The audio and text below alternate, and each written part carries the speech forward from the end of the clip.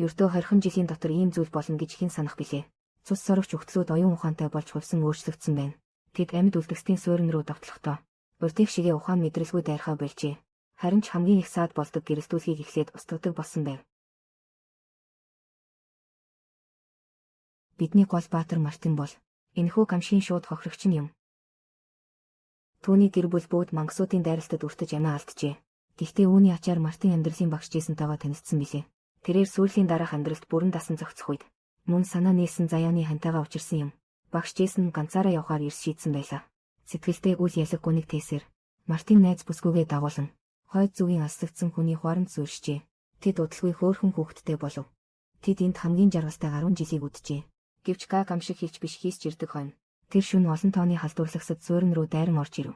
Тэднийг өдөрдөж явсан эмэгтэй өгтлийн харц тунгалаг байсан нь оюун ухаан өндөртэй болохыг нь илтгэн. Бүрч хачирхалтай нь түрэмгийлэгчдийн дунд хүмүүс ч холилдсон байлаа. Тэд суурин дах бүх хүнийг хэрцгийгээр хөнөөжээ. Үүнд мэдээж Мартины эхнэр охин хоёр ч өртсөн юм. Мартин ан хийхээр гадагш гарсан байсан тул азар амьд үлджээ. Тэрээр эхнэр охиныхоо хүүтэн цогцсны өмнө цөхрөн сууж гашуудлын нулимс сунгав. Залуу ир тэр даруйд нь цусан тангараг өргөв. Амиа алдсан гэр бүл нөхдийнхөө өшөөг заавал авна гэж тэр шийджээ. Гэвч Мартин нэг зүйлийг сайн мэдэж байлаа. Ганц биеэрээ үүнийг хийх боломжгүй гэдгийг тэр мэдэж байв. Тэр хамгийн түрүүнд багш Джейсоноо бодлоо. Гэвч Мартин суурангаас гадагш гарах үед гадаад ертөнд засар их өөрчлөгдсөнийг сая л нэг ухаарав. 10 жилийн өмнөхтэй харьцуулахад өргөн уудам газар нутаг эзгүүрч зилүүд болсон байлаа. Тэр бүтэн өдөржин алхсан ч ганц жамд хүний барааг олж харсангүй. Мартиныг бүрч их гайхшруулсан зүйл нь урд нь нарны гэрлээс айдаг байсан халдварлагсад одоо өдрийн цагаарч чөлөөтэй явдаг болсон байв. Хөдөлгөөн нь үл ялэг удаашралтай ч гэлээ. 10 жилийн өмнөхтэй харьцуулбал асар их хувьсал байлаа. Мартин багш Джейсоныхоо яг хаана байгааг мэдэхгүй байсан ч нэг зүйлд итгэлтэй байв. Багш нь зүгээр сууж чаддаггүй хүн болохоор заавал хөл хөдөлгөөн ихтэй газар л байж таарна. Мартин өдөр шөнөгүй зогсолтгүй урагшилж өмнө зүгийг зорив. Хагас сар орчмын дараа тэр эцэст нь хүмүүсийн нэгэн суурьнд хурж ирлээ. Мартин 10 жилийн өмнө багштайгаа энд ирж байснаа саналаа. Тэр үед уг суурин хүн 100 ихтэй хөл хөдөлгөөнд тасардаггүй байсансан. Харин одоо зөвхөн нуурч сүйдсэн барилгууд л үлджээ. Эргэн тойронд нохоон гөлөгч харагдсангүй. Мартин сэтгэл готрлаа хүчээр дарж унаа болгож нэг мотоцикл олж авлаа. Ингэснээр түүний аялах хурд үлэмж нэмэгдэв. Удалгүй нэгэн фирмийн байшинтай тааралдав. Мартин уг нь энд хоногсохоор төлөвлөж байсан ч гэтэл нэгэн халдварлагч гинт гарч ирэв. Тэр нумаа татан харахад бэлдэж байтал хин нэгэн түүнээс өртөж хөдөлжээ. Энд хөвшин хосууд амьдардаг гэж хэн санах билээ. Энэ бол Мартин сууринг орхин гарснаас хойш анх удаа амьд хүн харж буй тохиолдол байлаа. Харин өнөөх хөвшин хосууд мөн л удаан хугацаанд зочингийн чинь хүлээж аваагүй бололтой. Гэртээ үлдсэн сүүлчийн хоол хүнсээ гаргаж Мартиныг дайлав. Мартин тэднийг яагаад идэхгүй байгааг ихэд гайхлаа. Хөгшчүүлийн царайнд эвгүүрхсэн шинж илэрч өсөхгүй байна гэж зүтгэсээр байв. Мартин тэднийг хоолоо хэмнэж байна гэж бодлоо. Гэвч нэг аяг овёосны зутан эдсний дараа түүний толгой гинт эргэж нүдэн бүрэлсэж эхлэв. Өвгөний царай хувьсгийн харцан хүүтэн болж мах идээгүй удлаа гэж үгэлсээр байв. Чи их ядарсан харагдаж байна. Энд жаахан амруул яасан юм. Дараагийн мөчөд эмгэн хутга далайсаар дайран орж ирэв. Мартин шаламгай гихч нь эргэж болтлаа. Өвгөн сандран бууга өргөж гал нээв. Гэвч сум нь өөрийнх нь эхнэрийг онцхон тэрээр сандран очиж биеийг нь асуух гэтэл гинэт түүний хүзүүгээр хүйт даагаад явчихлаа. Мартин ухаан алдахынхаа өмнө сүүлчийн хүчээ шавхан хутгаараа зүссэн нь тэр байв. Маргааш өглөө нар мандахад Мартин ухаангүй байдлаасаа сэрв. Нүднийх нь өмнөх ертөнцид дэндүү харь илгийн санагдана. Тэр хаачхаа мэдэхгүй шахан байлаа. Тэрээр дахин нэг цугларах газар руу яваад оров. Энд ч бас хүн амтан алга эзгүүрчээ. Харин радиогоор нэгэн зарлал тасралтгүй явж байв. Ахан дүүсийн нийгэмлэгт эсхийг өрсөн зар байлаа. Мартин уг нь хэрэгцээт зүйлс хайж байсан боловч энд нэг худалдагч зогсож байгааг анзаарсангүй. Авах юм байна уу? Тэр яаран багшийнхаа зургийг гаргаж ирэв. Худалдагч Джейсоныг хармагцаа шууд танилаа. Учир нь Джейсон бол энэ хавьда алдартай зомбины ангууч билээ. Гэвч Мартин түүний хаашаа явсныг асуухад худалдагчийн харц нь нэгс тогтворгүй болж ирэв. Джейсоныг ойролцоох хуучин тоосгоны үйлдвэр рүү явсан байх гэж таамаглав. Мартин бүтэн 10 жил гэрээсээ цухуугаагүй тул гадаад ертөнц ямар болж хуурсныг төсөөлөх үгүй байлаа. Тэр зааврын дагуу хуучин тоосгоны үйлдвэрт ирэхэд өөдөөс нь нэг халтар охин гарч ирэв. Гэтэл дараагийн мөчид Мартины толгой руу цохиж ухаан алдуулчихлаа. Түүнийг дахин сэрхэд түүнийг аль хэдийн нэгэн хуаранд авчирсан байв. Эмтгийн хүмүүс бүр хүний махыг ичихч үгүй эвдэж байх нь тэр бүр хүүхдүүдийн харц хүртэл хүйтэн хөндөй дүжирсэн шинжтэй байлаа. Гинэт чихэнд нь шуугилдах чимээ сонсогдож Мартины хүчээр чирэн нэгэн тулааны талбарт аваачив. Төмөр торонд нэг халдварлагчийг хорьсон байлаа. Эргэн тойронд үзэгчид орилолтон шуугилдана. Хизээнээс ихэлснийг бүү мэд. Амьд хүмүүсийн тулаан хамгийн үзүүштэй тоглолт болсон байв. Харин хөтлөгч нь сэтгэл хөдлөн зарлахтаа өнөөдөр хүн ба зомбины тулаан болохгүй. Харин тусгай хөтөлбөр бэлтгэлээ гэв. Хөтлөгчийг тушаал өгмөгц. Мартин өөрийн багшигаа олж харлаа. Тэр нь эсрэг талын хаалганаас гарч ирэв. Мартин ам нээж амжаагүй байтал нөгөөх нь шууд л нударгаа зангидан дайраад ирлээ. Өнгөрсөн 10 жилд Мартин дэндүү их өөрчлөгдсөн тул Джейсон түүнийг огт таньсангүй. Хүзүүн дэх акулын зүйлсийг нь хараад сайн нэг юм. Джейсон гинэт ухаан орж. Мартин. Талбар дээр хоёр хөдлөхгүй удаад байсанд хөтлөгч. Тэр даруй бууга өргөн сануулга өгөв. Джейсон өнөөхөөс цахилгаан мэт хурдаараа. Гарт байсан хуурхай жадаа хүчтэй шидлээ. Эндэр дээр хөтлөгч тэр дороо нам унав. Төмөр гинц зүүсэн нэгэн охин. Энэ симхийг ашиглан халдварлагчдын торыг нээж орхилоо. Аимшигт архиран дуу хадаж. Тэмдгийн байдал тэр чихтэй замбраагаа алдав. Джейсон яарвчлан хашгирч. Төмөр гимжит охин болон Мартиныг дагуулсан. Үүнээр далимдуулан тэндээс зугтлаа. Тэд удалгүй нэгэн бөгзөө модон байшинд ирэв. Модон шатан дээр нууц зүрх тавьсан байлаа. Энэ бол Джейсны гарсан ажил та. Тэр Мартиныг гэртээ оруулж. Өнгөрсөн 10 жилд юу тохиолдсноо ярилцав. Мартин ихнэр хүүхдийнхээ өшөөг авна гэж тамгаглахад Джейсон харин түүнийг яарах хэрэггүй гэж ятгалаа. Учир нь өнөөх эмэгтэй зомби чинь маш өндөр оюун ухаантайгаас гадна бүх халдварлагчдыг удирдах чадвартай аж. Түүгээрч барахгүй ахан дүүсийн нийгэмлэгийн оюун санааны удирдагч нь болжээ. Ахан дүүсийн нийгэмлэг тэр ухаант эмэгтэй зомбиг тэд өөрсдийгөө хүн төрөлхтний хувьслийн эцсийн хэлбэр гэж үздэг. Энэхүү ахан дүүсийн нийгэмлэг нь 10 жилийн өмнөх дээрэмчдийн бүлгээс үүсэлтэй гэдгийг мэдэх хэрэгтэй. Өнөөгийн дэлхийн ертөнцийн дээрх хамгийн хүчирхэг хүчнүүдийн нэгт тооцогдно. Багш Шав 2 хүчээ нэгтгсэн ч гэсэн энэ авраг том модыг ганхуулж чадахгүй гашуун үнэн. Мартины сэтгэлд арга мухардас дүүрэн байлаа. Энэ үед тэр газар хэвтэж буй төмөр гинжит охиныг анзаарав. Джейсоноос асуусны дараа л тэр учрыг мэдэв. Тэр охин багаасаа өнчин өрөөсөн эцэг ихгүй өсчээ. Зэрлэг байгальд ганцаараа өссөн болохоор ухаан санаа нь жаахан согогтой мэт харагдана. Гэвч Джейсон түүнийг онцгойлон хайрлаж хамгаалдаг аж. Өмнө нь түүнийг аврахын тулд тусааны тэмцээнд сайн дураараа бүртгүүлсэн байжээ. Гинэт модон байшингийн гадаа хөлийн чимээ гарав. Джейсон ямар нэг зүйл буруу байгааг мэдэрлээ. Тэр яаран Мартин болон төмөр гинжит охиныг нууц хонгил руу орууллаа. Түүнийг дөнгөж өнгөсөн далтлалт хийж дуустал. Ахан дүүсийн нийгэмлэгийнх нь хаалгыг эвдэн орж ирэв. Мартин нууц хонгилоос зүгтэн гарах үедээ Джейсныг ахан дүүсийн нийгэмлэгийнх нь аваад явж байгааг холоос харлаа. Ашгүй төмөр гинжит охины үнэрлэх чадвар жирийн хүнээс өөр байв. Тэр бүр багцаалтан таамаглаж чадаж байлаа. Джейсны байгаа зүг чигийг. Гэвч тэр хоёрын төсөөлөөгүй зүйл бол Джейсныг зэрлэхээр талд загалмайд хүлсэн байх явдал байв. Энэ бол ахан дүүсийн нийгэмлэг дайснуудаа шийтгэдэг цаазын шумгийн газрын харгас аргуудын нэг юм. Шийтгэж буй хүнийг өсгөлн айдас хүйдэс дунд аажмаар өхүүлэх зорилготой. Гэхдээ Джейсон жирийн хүмүүсээс илүү азгүй байлаа. Түүнийг өндөр зэрэглэлийн халдвар тээгч онилсан байв. Азгүй зүйлс дунд аз тохиов. Халдвар тээгчийн зэрлэг хүч модон шонг шууд мөргөн унаглаа. Джейсон хоёр хөлөөрөө зэрэг хүчлэн дайсны хүзүүг тас мушгиж орхив. Гэвч тэр амс хийж амжаагүй байтал холгүйхэн газраас дахин нэг халдвар тээгч гүйж ирэв. Джейсон гараа хүлээснээс нь яран мултлаа. Харамсалтай нь түүний хөвлийг дайсны асар их хүч нэгт хатгаж орхив. Түүний амь нас дээсэн дөрөөн дээр байх мөчид харанхуй дундаас хурц сум нисэн ирлээ. Мартин болон төмөр гинжит охин 2 цагтаа амжиж ирсэн нь энэ байв. Гэвч Джейсны хөвлийгээс цус тасралтгүй урсаар байлаа. Халдвар авахаас сэргийлэхийн тулд шархыг өндөр хэмээр түлж байж л тогтооно.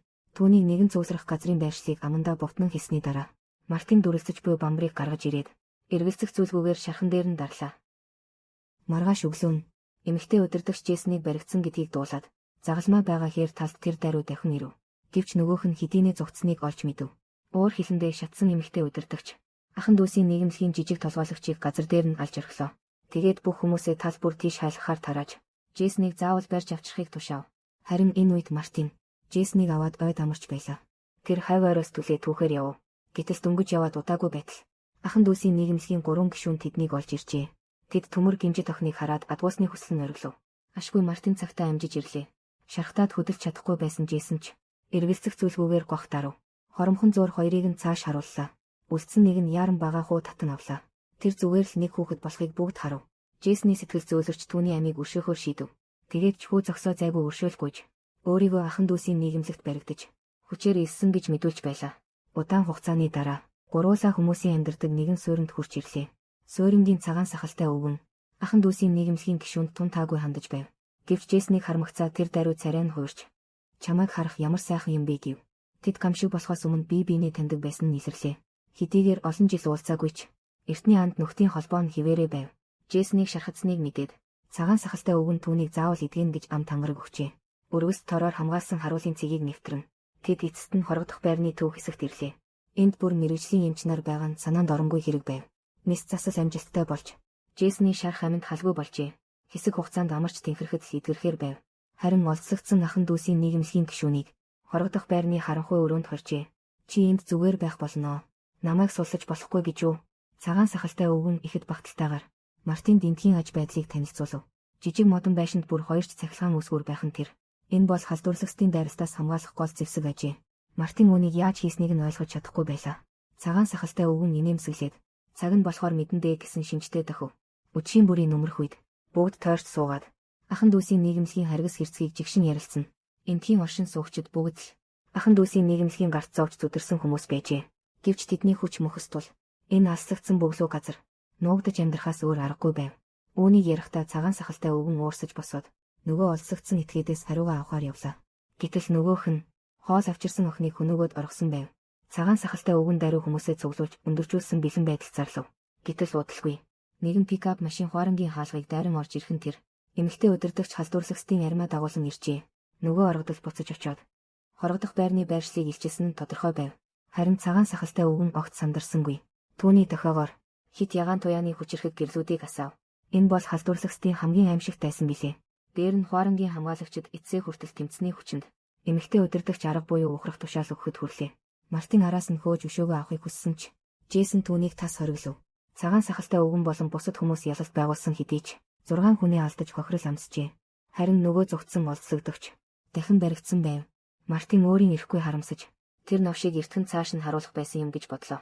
Цагаан сахалтай өвгөн түүнийг түр хүлээхийг сануулв. Түүнээс ямар нэгэн байдлаар мэдээлэл мууж магадгүй гэж үзжээ. Учир нь бүгд нэг зүйлийг гайхаж байлаа. Зомбинуудын эмэгтэй удирдагч яагаад ийм жижиг газрыг унлах болов? Олдсогдогчийг ам нээхээс өмнө Джейсон үннийг өчлөө. Тэр эмэгтэй удирдагч бол шин төрлийн халдвар тээгч бөгөөд оюун ухаантайгаар барахгүй өөр удмаа үлдээх чадвартай аж. Өнгөрсөн жил тохиолдлоор тэр эмэгтэй удирдагчийн хүүхдийг өөрийн гараар хөнөөж бас нэг нүдийг нь сохолсон байжээ. Тиймээс эмэгтэй удирдагч түүнд өнөө хүртэл ус сонзон санаж яваа юм. Джейсон бүр Мартины гэр бүлийн өхлийгч эмэгтэй удирдагчийн зохион байгуулсан хэрэг гэж сэжиглэж байв. Зорилго нь Мартинаар дамжуулан өөрийг нь нийс гаргах явдал байжээ. Мартин дуугүй л сонсож суув. Тэр хамаг өөр хийсэнгээ нөгөө олдсогдогчд гаргахаар шийджээ. Эмэгтэй удирдагч ингээд зүгээр орхихгүйг ойлгосон тул цагаан сахалтай өвгөн хүмүүсээ яаралтай нүүлгэн шилжүүлэхээр болов. Бүгдийг товчлоо аваад арын уул руу зугтлаа. Гагцхүү Джейсон Мартинаар л хөдөлсөнгүй. Тэд эмэгтэй удирдагчаас өшөөгөө авахаас гадна бусдыгаа зугтахад нь цаг хожиж өгөх ёстой байлаа. Цагаан сахалтай өвгөн болон түүний хідэн зэрэг мөн хуарангаа хамгаалахаар үлдэхээр шийдэв. Джейсон төмөр гимжит охиныг аюулд оруулахыг хүссэнгүй. Тиймээс түүнийг олсоор хүлж хүчээр авч явахаар төлөвлөжээ. Ингээд анзаарагдамгүйгээр шүн боллоо. Эмэгтэй удирдагч үнэхээр л халдварлагчдын армиа дагуулan иргэн ирэв. Энэ удаад тэр шууд дайрсангүй. Харин байрандаа хүлээхийг илүүд үзлээ. Джейсон болон бусад нь бие рүүгээ гайхан харав. Энэ чөтгөр дахиад юу сэдэд байгааг хинч таашгүй. Гэтэл дараагийн мөчид санаанд оромгүй зүйл болов. Харанхуй дундаас нэгэн итгээд гарч ирэв. Тэр бол Үүмэний бамбай барьсан галзуу шүтэн бишрэгч байлаа. Тэрээр ширүүн галын өөдөөс сүрэн алхаж цахилгаан үсгүүрийн агуулх руу шууд дайран оров. Чих төжрөм дэлбэрэлтийн чимээ гарахтай зэрэгцэн. Хит ягаан туяаны хүчирхэг гэрлүүд тэр дороо унтарлаа. Халдварлагчдын айдаг цорын ганц зүйл үгүй болов. Халдварлагчдад үер мэт хуарн руу цутган орж ирлээ. Джейсон тэр даруй гэрэлт бамбраа асааж эмэгтэй удирдагчийн анхаарлыг өөр дээрээ амжилттай татав. Харин бусад нь хуарангийн хамгийн бүх бат агуулх руу ухарлаа. Хэдийгээр халдварлагчдад тийм ч амархан нэвтэрч чадахгүй ч тэд зүгтах боломжоо нэгэн талцсан байв. Энэ үед Джейсон ганцаараа үлдсэн эмэгтэй удирдагчийг танхим руу дагуулж иржээ. Отож байсан Мартин гинэд гарч ирэн хүчтэй цохилт өгөв. Тэр хоёр аль хэдийн өрх бэлдсэн байжээ. Гэвч эмэгтэй удирдагчийн хүч чадал төсөөснөөс ч илүү байлаа. Шийдвэрлэх мөчид Джейсон амиа золон байж өөрийгөө шархтуулан түүний үлдсэн ганц нүдийг сохолж орхив. Мартин боломжийг ашиглан эцсийн цохилтыг хийж энэ эмэгтэй чөтгөрийг бүрмөсөн танилцав. Харин нөгөө талд бүсгэгдсэн цагаан сахалтай өвгөн болон бусад хүмүүс халдварлагчдтай хамт өгөхөд бэлэн болоод байлаа. Джейсон Мартин хоёрыг танхимаас гарч ирэхэд агуулгын зүгээс тэнгэр багнадсан гал дүрэлцгийг харав. Тэд өөрсдийн амиар дэмчин тавьж зүгтэж буй хүмүүсийн замын хамгийн том саадыг арилгажээ. Харамсалтай нь 100 хэдэн халдварлагч амьд үлдсэнийг тэд мэдсэнгүй. Уулын ард үлдсэн төмөр гимжит охин Джейсоны төлөө санаа зовсоор байв. Хэн ч анзаараагүй байхад тэр цуваанаас сэмхэн холтлоо. Гэтэл уулнаас бууж явахдаа нэгэн халдварлагчтай тааралдав. Джейсон Мартин хоёр түүний араас ирэх үед аль хэдийн халдвар авсан төмөр гимжит охиныг холоос олж харлаа. Түүний царайнд шаналл тодорч бие нь хувирч эхлэх гэж байв. Гэвч Джейсоныг хамгаалахын тулд тэрээр зөнгөөрөө араас нь ирж буй халдварлагч руу дайрлаа. Хэдийгээр тэр дайснаа алж чадсан ч өөрөө ч тэсгэ байжээ. Джейсон нулимс туслуулан төмөр гимжит охиныг өөрийн гараар явууллаа. Ард нь олон тооны халдварлагчид нэхэн ирж байгааг хараад Джейсон аль хэдийн шархадсан тул цааш зүгтах ямар ч боломжгүй болсон байв. Джейсон Мартинтай сүүлчийн удаа салах эс гүйцэтгэв.